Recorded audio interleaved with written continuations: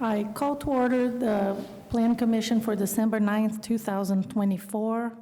Roll call, please.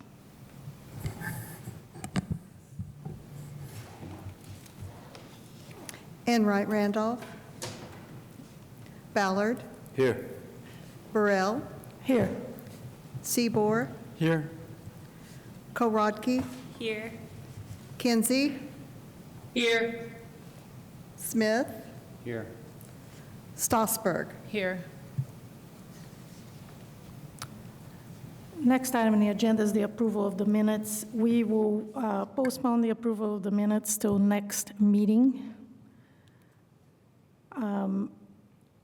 Now, do we have reports, resolution, and communications from staff? Yes. Okay, sorry. I'm having technical difficulties. Jackie Scanlon, Development Services Manager.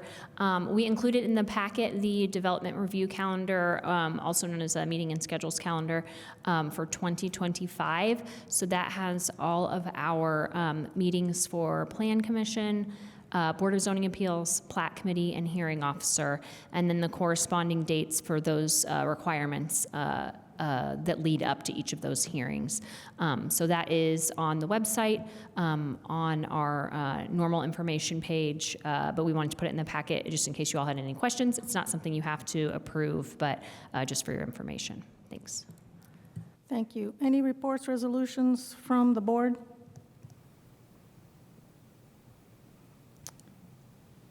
Do we have anything on the consent agenda? Oh, sorry, excuse me. I will just report for Plan Commission members that during November, Council passed 2 resolutions asking the Plan Commission to make changes to the UDO.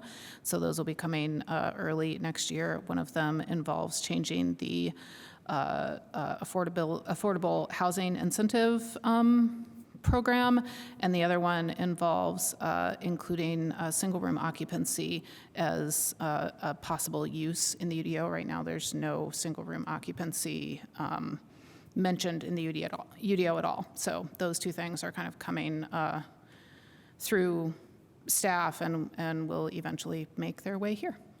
Thanks. Thank you for the information. Is there anything on the consent agenda? No consent agenda today.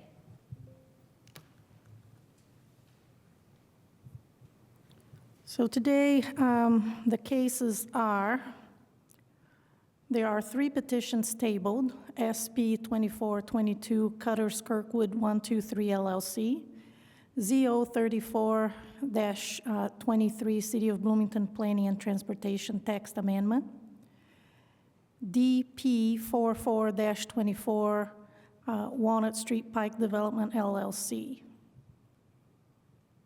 And for the only petition for this evening tonight is PUD-44-24 SPCW Bloomington JV LLC for the location of 121 North Pete Ellis Drive. Staff report, please. Okay, just a second. Sorry, my computer died. So it's just going to be a second. I'm going to email myself this PowerPoint.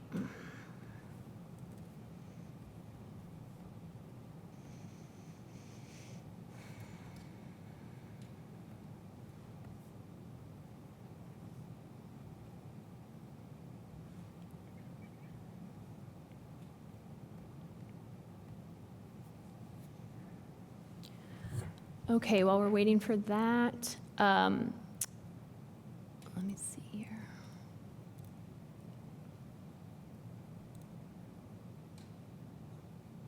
Just try to ignore that I have 200 emails. I wasn't here this morning.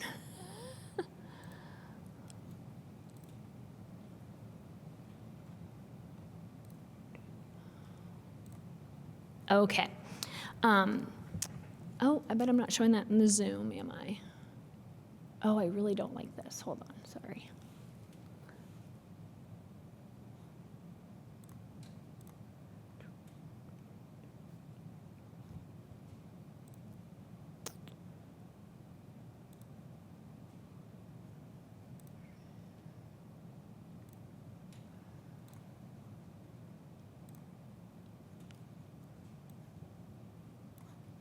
Okay, almost ready. Sorry about that. Okay, so today we are looking at petition PUD 4424. This was previously called the Tyler Curry PUD. It's at the corner of Pete Ellis and Longview on the east side of town. You saw this, Plan Commission and Council saw this when it was a request to rezone to PUD, and then a site plan, and then a building was constructed at this location.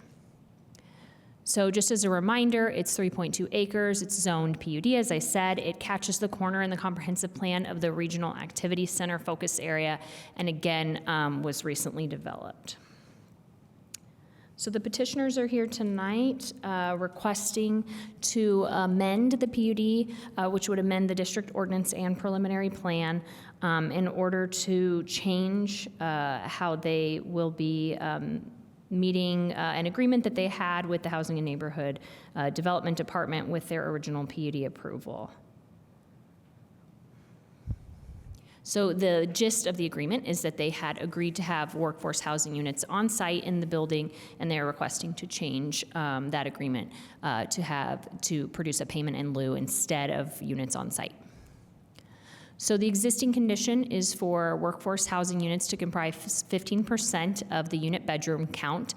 So for this project, that equals 52 bedrooms, and they are proposing to use the calculation that currently exists in our city administrative manual document that is part of or a supportive of the Unified Development Ordinance, but this particular portion designed by Housing and Neighborhood Development Department of $20,000 per bedroom for 15% of the unit bedroom count. So it would be for the 52 bedrooms for a total of $1.04 million. So again, comprehensive plan, this catches the corner of the focus area that was for the new regional activity and hospital area, trying to think of how to support that particular development.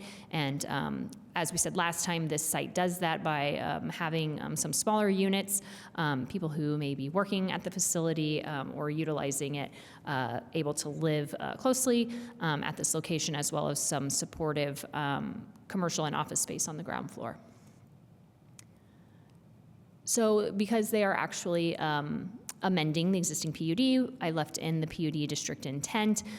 They are meeting the same intents that they were meeting when they had the original approval. The only change being that the location for the workforce housing units will not be on site and will be instead receiving a payment in lieu. So I did want to speak briefly a little bit about the history. I put this in the staff report, but just for the record here tonight. So the petitioner has been talking to the Housing and Neighborhood Development Department and has had a number of issues, difficulties marketing and filling the 52 bedrooms since they have been open. So at the time that they filed the original PUD, it was before we had done the large overhaul of the Unified Development Ordinance that we did in 2019-2020. So there was not a codified way to address how to do affordable housing contributions, but we did know where we were headed, and so they did an agreement with the Housing and Neighborhood Development Department based on the draft that subsequently became the adopted April 2020 version.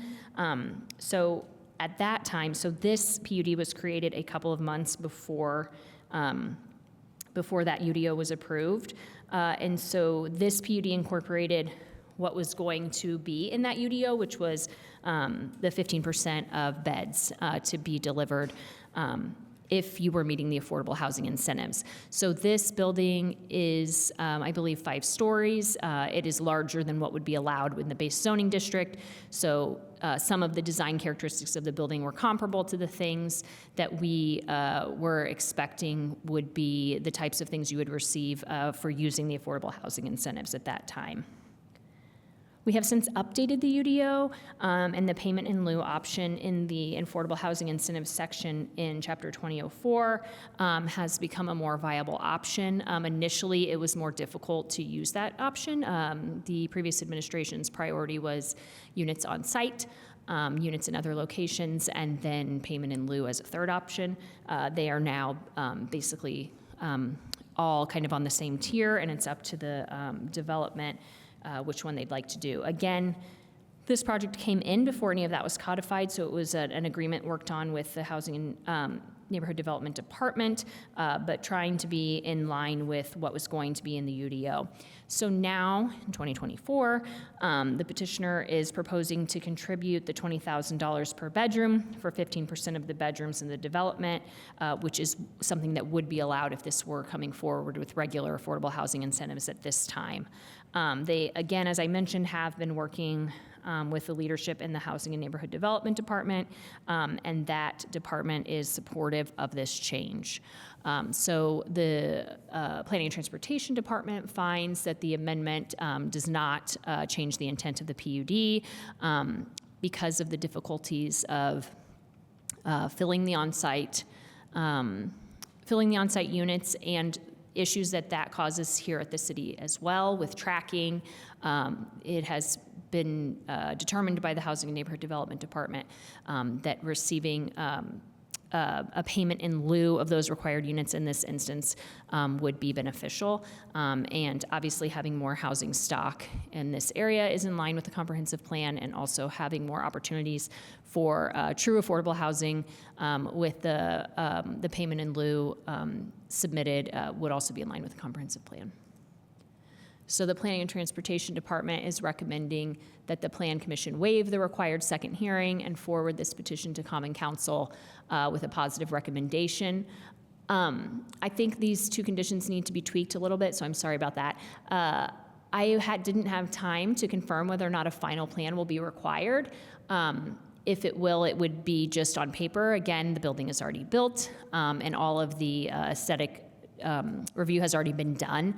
But to confirm that they went forward with the design with payment in lieu, I need to speak with confirm with legal about whether or not they need a final plan.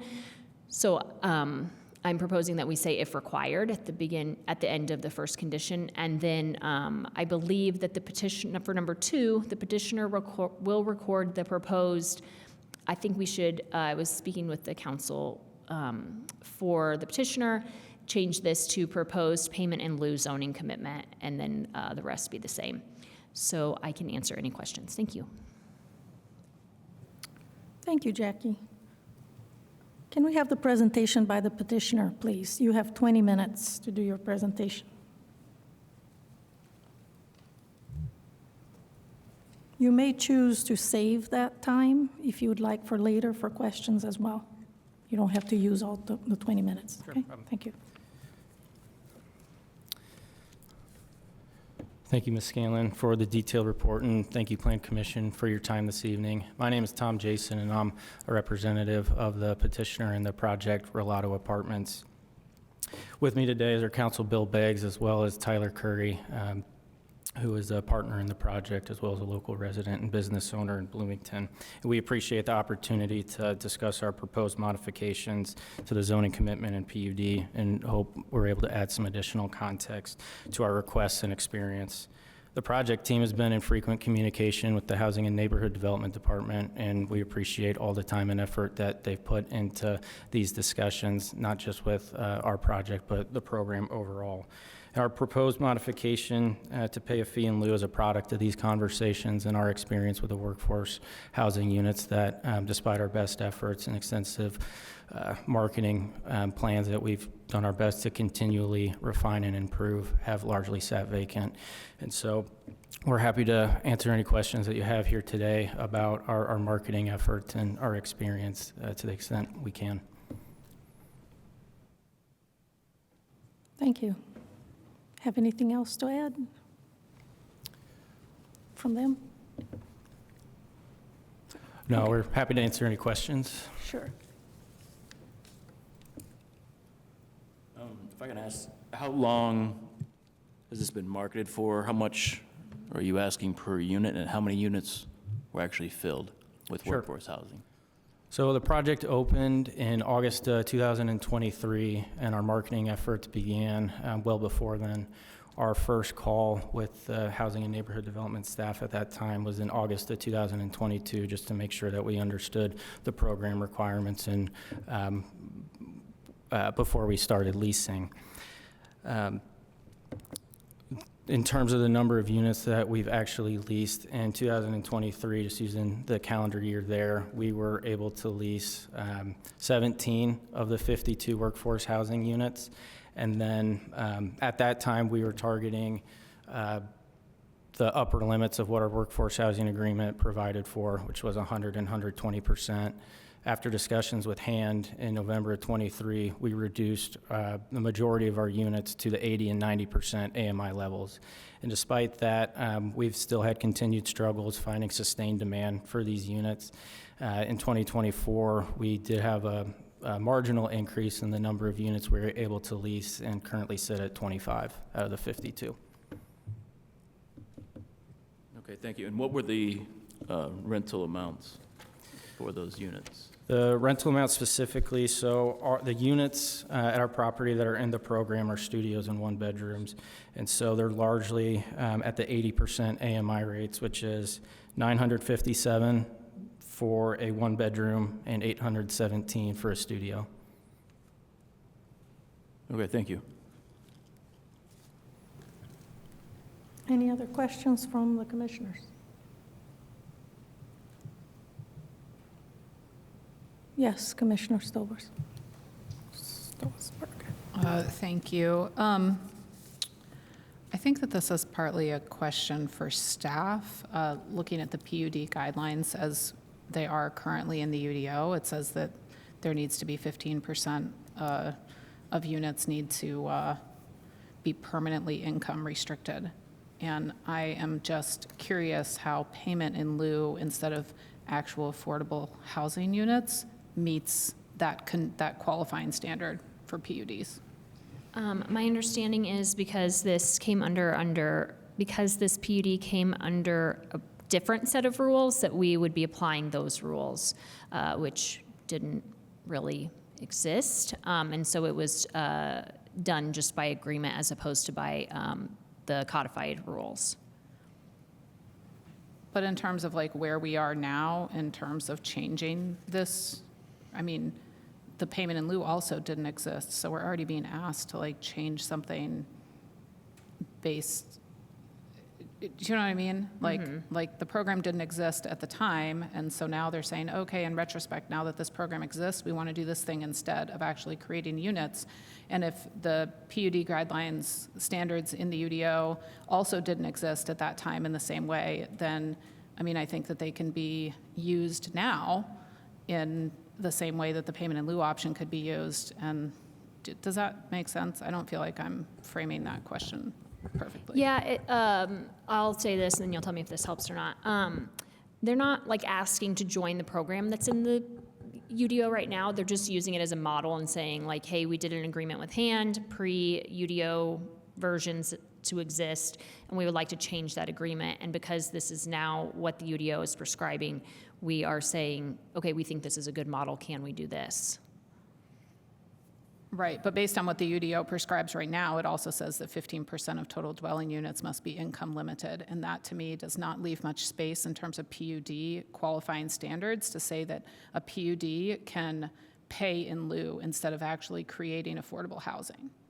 Right, but they don't have to follow the current PUD standards. So in Chapter 2001, effective. They're asking to follow the current standards in terms of payment in lieu. So isn't it just as fair to ask them to follow the current PUD standards if they want us to amend something? They are asking to amend their PUD, and you can say yes or no to what they're, I mean, you can, if five of you think that you would prefer for it to meet current PUD qualifying standards, you can vote that. Okay, so that's not totally like an invalid,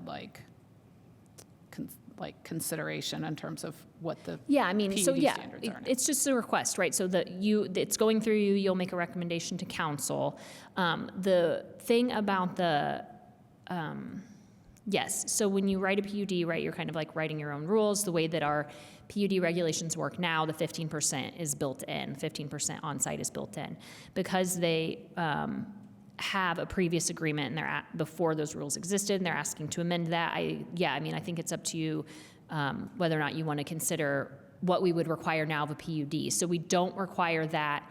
We do allow payment in lieu for incentive-based projects, right? And those typically wouldn't probably happen in a PUD because the rules for how big they want the buildings to be and things should be built into the PUD.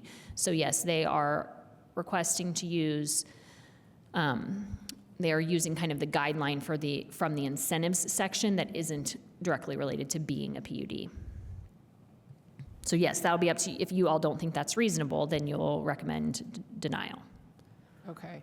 I have a follow-up question, which maybe now is not the time to answer it, but just so that I can remember to talk to you about it later. The way that the UDO is ran right now, would we theoretically allow somebody who is asking to do a PUD to allow them to pay in lieu instead of actually creating affordable housing? Oh, that's a good question. I'd have to look at the language on that in particular. Okay, that's a question that Yep. I'm just kind of curious about because I personally, I don't think that I would be in favor of that in terms of treating PUDs as special set-aside projects. So I want to follow up on that. Thank you. Does anybody have any questions? Jillian? Hi, thank you. I have a couple questions. First, for the petitioner, I suppose, but right now you indicated that 25 of the 52 units are leased. And I wonder what happens to those fees or, what the renters are paying and how does that transition for them if this goes through? What happens to those leasing agreements? Are they just dissolved eventually or how do you resolve that? Sure, appreciate the question, and we've considered this as well, and we want to ensure that whatever transition is created through the byproduct of a fee in lieu direction, that we're able to make sure that none of our residents are displaced. And so we certainly will honor their current leases that are in place, let those run for the balance of their term. There's no question on that. And I think we'd be willing to offer them the opportunity to renew at the workforce housing levels for those current tenants, so long as they're continuing to meet workforce housing qualifications as a means to mitigate any impact to our current tenants. Yeah, I think that would be, I know rents change and things change, but I wouldn't, I would be concerned about a perceived bait and switch. And I guess I'm conscious of the perception that this creates about making these arrangements and whether they will exist, So I think I want to have some questions towards maybe the staff to think about what are some of the implications of allowing this. So Jackie, if I may ask you a little bit about what does the making this kind of retroactive arrangement for a group that has been approved for workforce housing, something we really desire, what does that, is there some potential for any other PUD? Now, this is where my history is not going to help me because I don't remember how many other recent PUDs we've approved or anyone else who could make this a similar kind of request and what that might do for the establishment of trying to create more workforce housing. Are there others that could come forward with a similar request? And is that a concern? I realize that's not a concern of the petitioner. I understand that, but I just wonder if you guys have thought about that. Yeah, I think the only PUD with on-site commitment after this PUD is Summit PUD on the southwest side, and their commitments are quite detailed and based on basically current PUD, right? Because they came in after the qualifying standards were written. I don't think we have, I don't think there are other PUDs off the top of my head that have come in since this PUD. And this PUD obviously came in right before the code was written. So any approved before that wouldn't really apply. So yeah, I think only the major one, at Summit has on-site. I can't remember if Trinitas at 17th has on-site, but it seems like it wouldn't. So that's just off the top of my head. Thank you. And then the other question I have is just in the condition, it indicated that hand agrees or hand approves. And I wonder, can you communicate what hand has already expressed about this? Or is there a representative available from hand to describe their thinking on this? Director Killian Hansen is on Zoom, I believe. Anna, you should be able to unmute.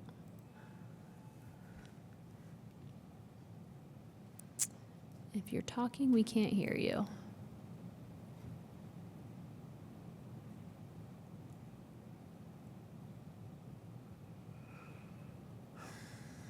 Can you hear me now? Yep.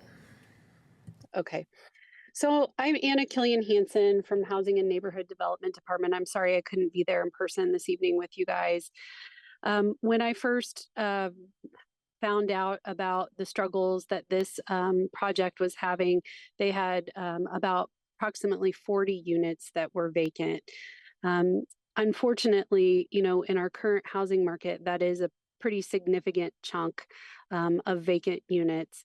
We've worked really closely with the owners and the property management to try and triage solutions to get those units filled.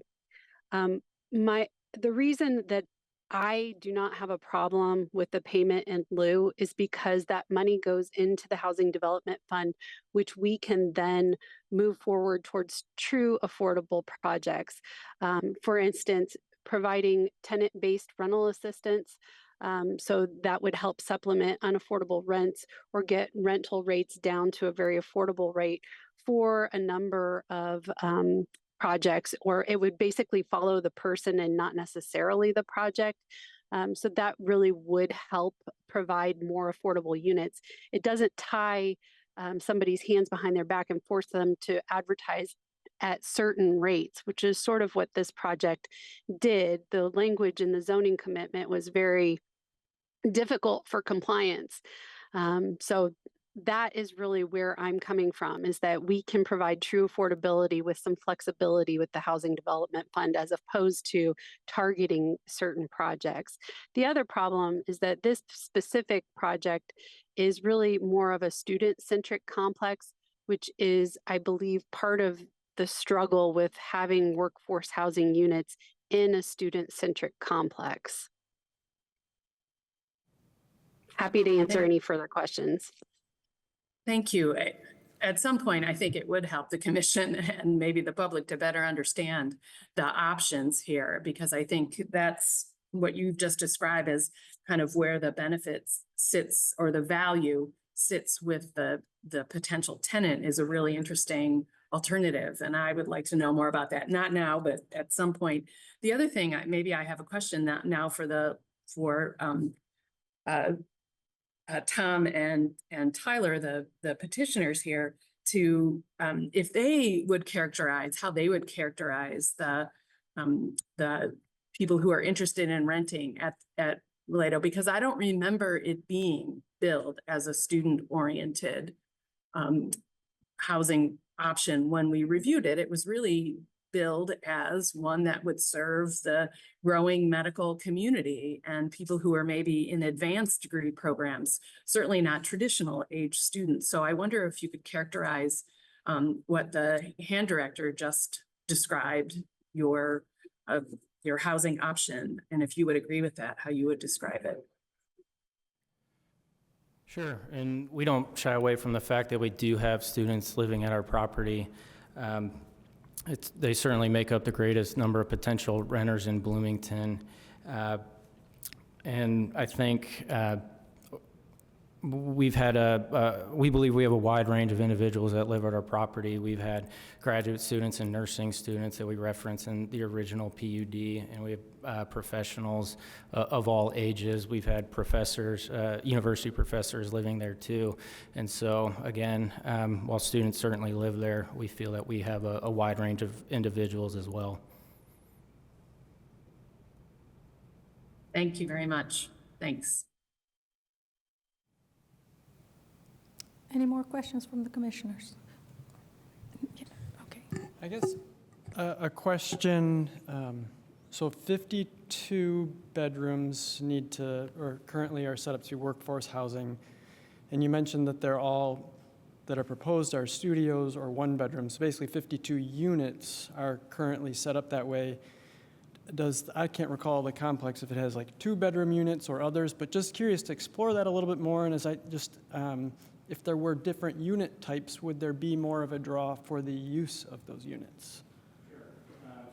Our total unit mix, it's 234 units, and of those 234, 160 of them are studios and 1-bedrooms.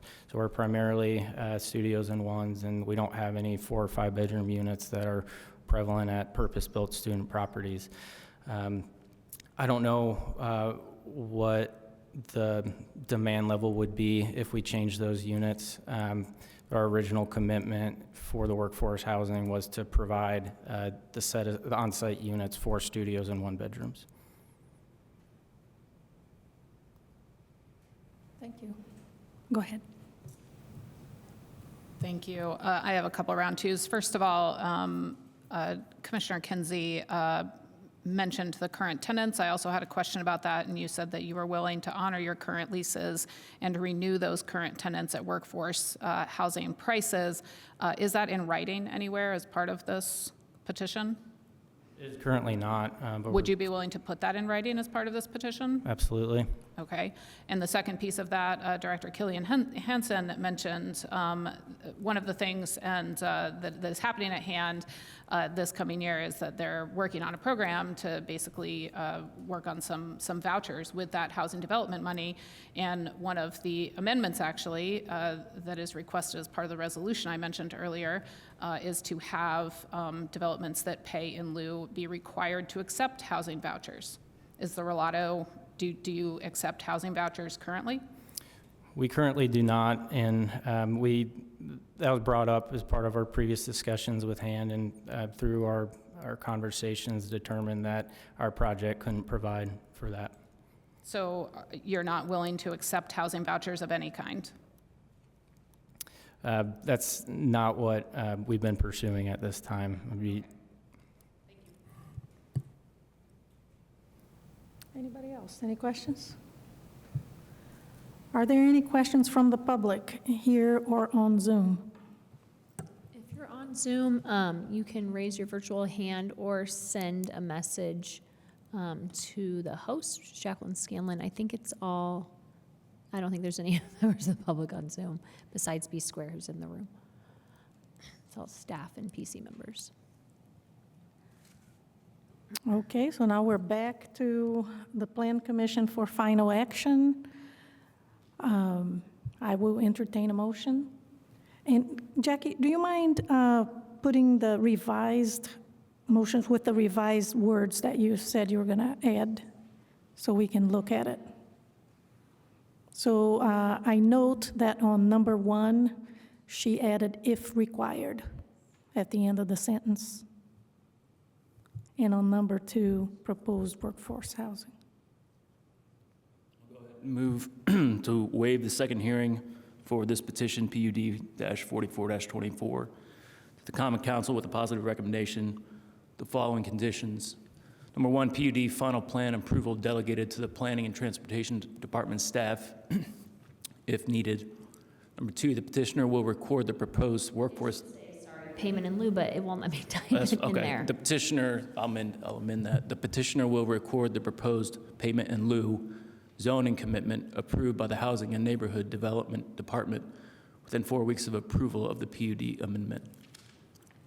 I'll second. Second. Any comments before we take a vote? Yes.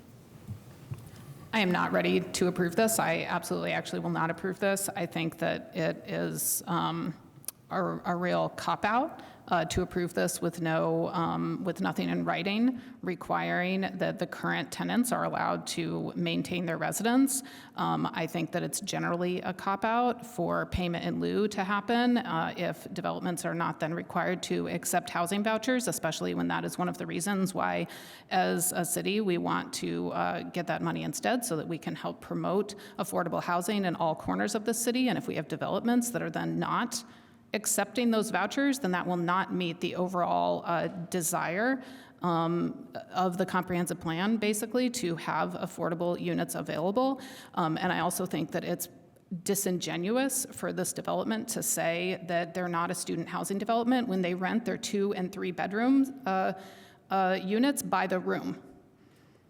And I think that it was originally slated as something that was supposed to appeal to more diverse occupant types, not just students. But when you rent by the room, you create a student housing complex, even if you only have 3-bedroom units as your largest unit size. So I am not, I'm going to vote no on this tonight. Thank you.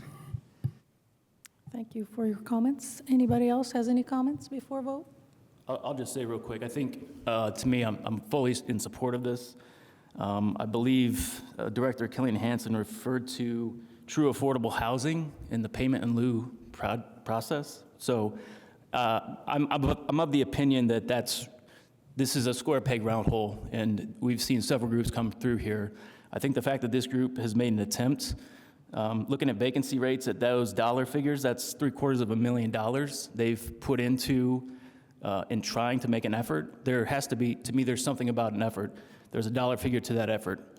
So I think that should be noted. I also think they're willing to pay the $1,040,000, which is the 15% that most groups are required to pay as the payment in lieu. So I think I'm on the opposite end of this because I do believe that true affordable housing is through a payment in lieu process myself. Thank you. Appreciate your comment. Anybody else? I think we're ready for a vote then. Oh, yes, yes. I had Jillian. one question. Sorry, being the Zoom person today. One question. I wonder first if Jackie Scanlon can weigh in on the potential of, it might be a legal question of whether it's possible to add a condition on here that specifies that the units that are currently leased at the affordable housing rate to those tenants, that would be allowed to continue and that those units would be retained in workforce housing. And I don't know if if that could be written in as a condition, but I'm both concerned about the loss and the change that, we permitted through our action with this original PUD. And I would like to retain that if at all possible for those tenants and also to retain some capturing of workforce housing.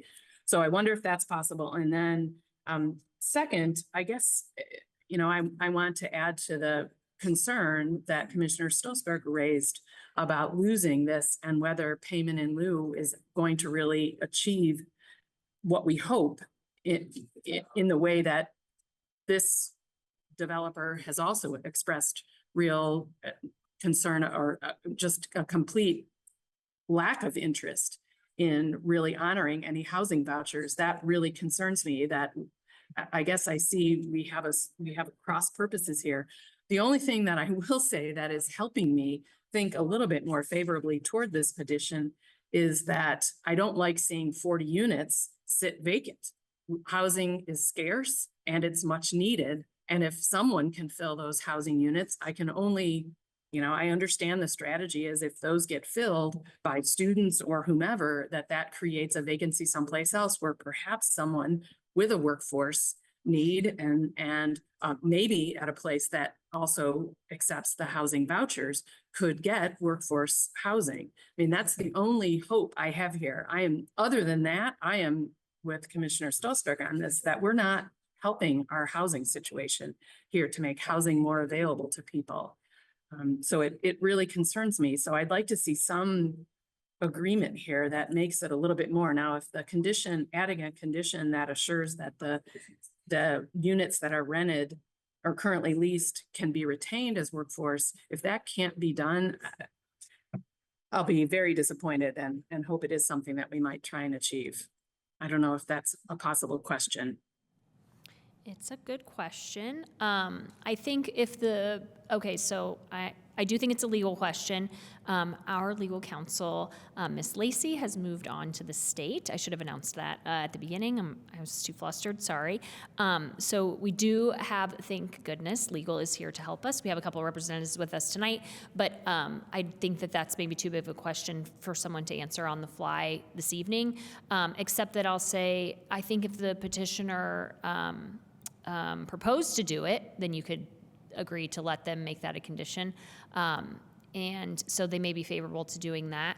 I think my only thought is, of it running afoul of the state not allowing, not allowing municipalities to limit or require who houses can be sold or rented to.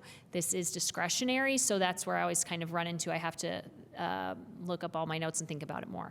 Petitioner's counsel may have a comment on that as well. So I'm not sure. I wouldn't necessarily feel comfortable with you doing that unless the petitioner was saying that they were proposing that as a condition themselves. I'll also say Ms. Stossberg is on council, so this obviously has to go through council, so something that maybe could come up at the second step if 5 of you aren't interested in rolling the dice on that tonight. And I'll also say, this was one of the first, well, not one of the first, one of the biggest kind of zoning commitments that was written a little bit in an ad hoc way before things were codified. And Ms. Killian Hansen, Director Killian Hansen, did kind of say a little bit, it's not great. It's not easy to enforce and kind of get it toward what the real goal of it is. So the way that they're written, basically they are just marketing at 120 and that's all they have to do. And so we aren't getting anywhere near affordable housing here. We're getting top tier workforce housing, which is really questionable whether or not 120 is, though we need housing across the board, if we accept a payment in lieu for this particular site instead of the units, I think the idea from hand is that it will, that what will come out of it is actually helping people who need help with affordable housing, that money can be used to target a lower percentage than we'll ever see at this site. Just as a note, I know that Director Killian Hansen mentioned that, but just in kind of response to some of your comments, Jillian, or Ms. Kinsey, but I don't know that we would be comfortable advising you to make that a commitment tonight about the current tenants. Again, Ms. Stossberg could speak to council legal and bring it up there, or we could ask the petitioner if they're willing to commit to that on their own.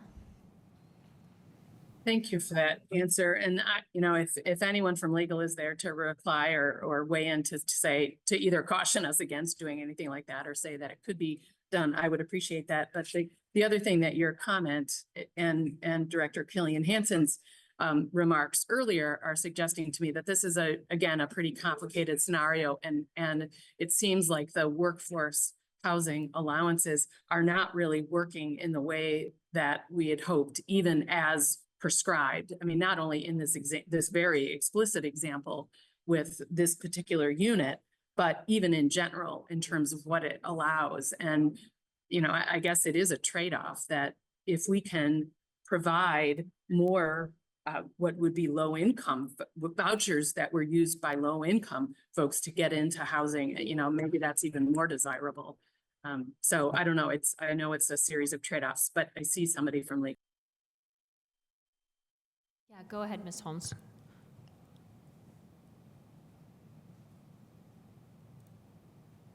Oh, Anna, you should be able to unmute. Oh, there. There I am. Sorry. We are happy to look at this. I'm Anna Holmes. I'm with the legal department, and a colleague, Anna Dina, who's I think with you tonight, and I will be working on this since Miss Lacey has gone. So we'll work with Jackie and Miss Killian to look at that issue and make that determination about whether that is allowed to be a condition on the project or not. But you'll need to give us a minute to look at it, please. Can I make a comment? there? Right. Thank you. And then I think Director Hansen, Killian Hansen has her hand raised as well, and I do think petitioner counsel would respond as well if you'd like, or legal here in the room. But it's up to you, Ms. Burrell, if you want to let Mr. Let's Beggs. hear from hand first. Yes, please. Anna? Yeah. Can you hear me? Yes. Okay. So the only thing that I want to draw your attention to is the way that the UDO is written for these workforce housing units. It calls for between 80% and 120% AMI. So if we have a majority of studio apartments and one-bedroom apartments, that means that at 120% AMI, that occupant or tenant needs to be making $75,000 a year. And at 80%, they need to be making $50,000 a year. So that is the agreement that the Rolado PUD had agreed upon, was the 80% to 120% AMI. I just sometimes think that not everyone keeps their eye on what those rates are. They hear the dollar amount per month, but they're not understanding that people in these workforce housing units have to be working 35 hours a week, and they have to be making that kind of income. I personally believe that that is part of the reason why these are sitting vacant, is that these AMIs are far too high. Thank you. That's very helpful. Yes, I will allow for you to speak from the petition. Thank you. Bill Beggs on behalf of the petitioners. We just wanted to help to the extent we could your conversation.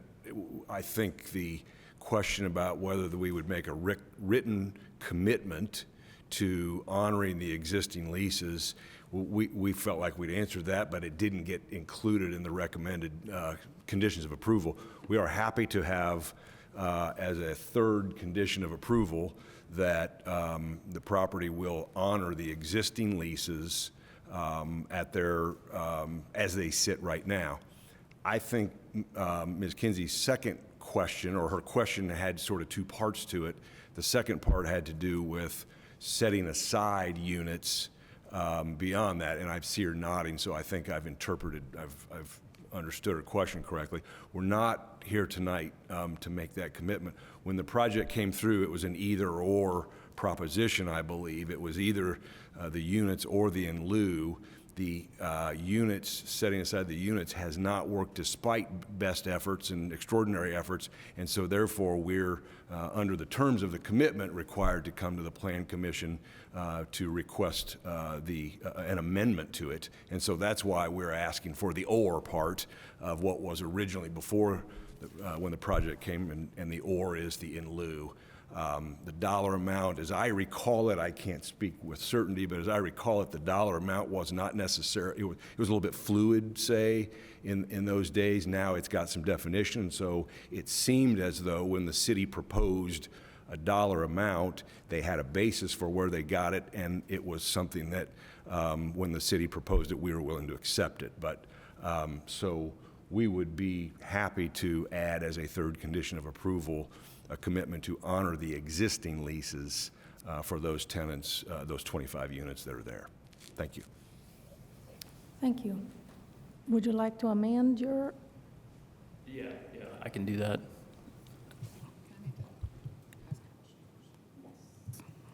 Honoring the existing commitments says nothing about what happens when the current leases end. And earlier, your response was, like you said, that those tenants would be able to re-up at workforce prices. And if that is still accurate, then that needs to be reflected in number 3.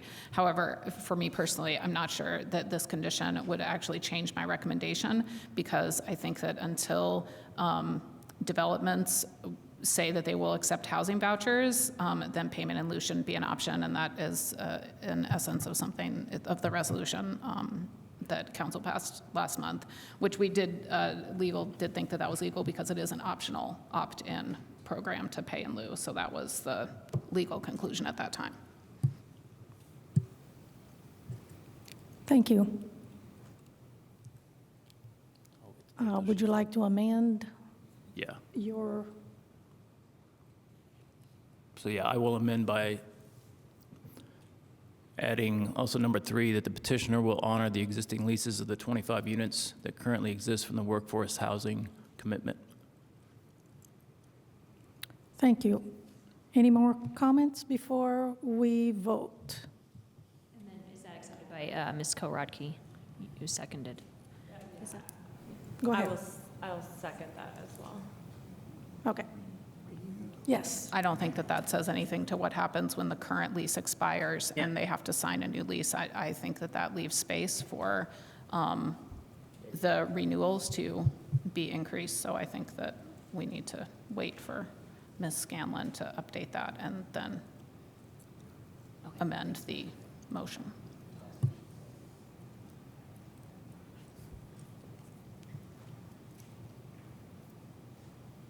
Can you read that for number 3 condition for the public? Because if people are on Zoom, Yes, so the amendment for number 3 will read, the petitioner will honor the existing leases of the 25 units that currently exist from the workforce housing commitment, and the petitioner will renew those leases for as long as the tenants remain in the units. Is that fine? I think that implies that they have to be renewed in perpetuity, and I don't think that's Well, what do you want it to say? the concept. I What think is that the if a tenant wants to, Renew once? Yeah, go to the mic.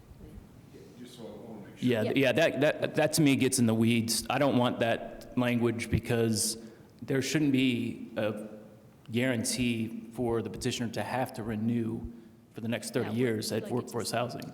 Yeah, I think that rather than a perpetual renewal scenario, which I read number 3 right now on the board to say, on the screen to say, I think it should be that the petitioner will renew upon request, those units upon request by those tenants, those specific tenants. I think that's better. Right, So long as they qualify, really yeah, what the yeah, unit so long as they qualify. right. Yeah, right, you can't, Just follow the person. follow the person, not the unit. unit. Yes. Okay.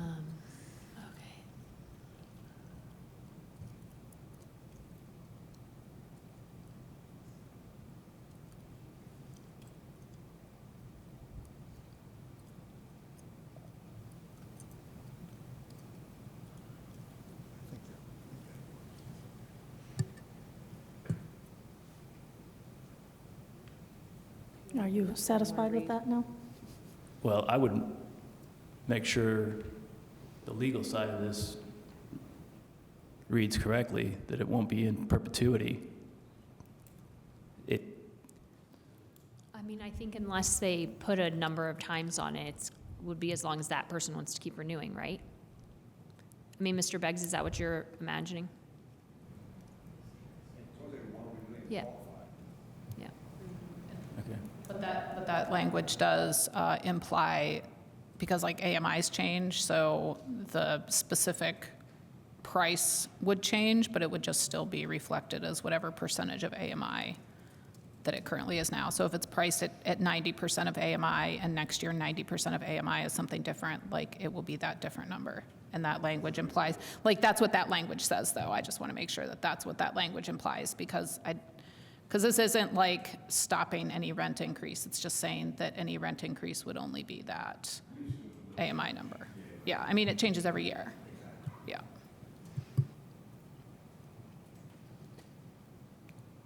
I'll just You okay do with this. that?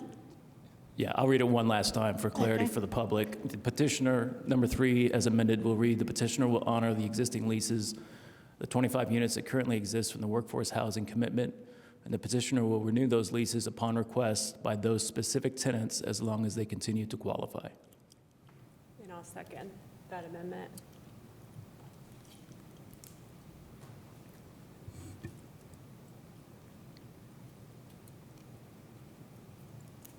Okay, we're ready for a vote then.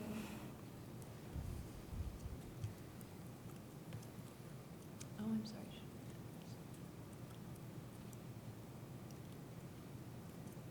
Sorry, Jill.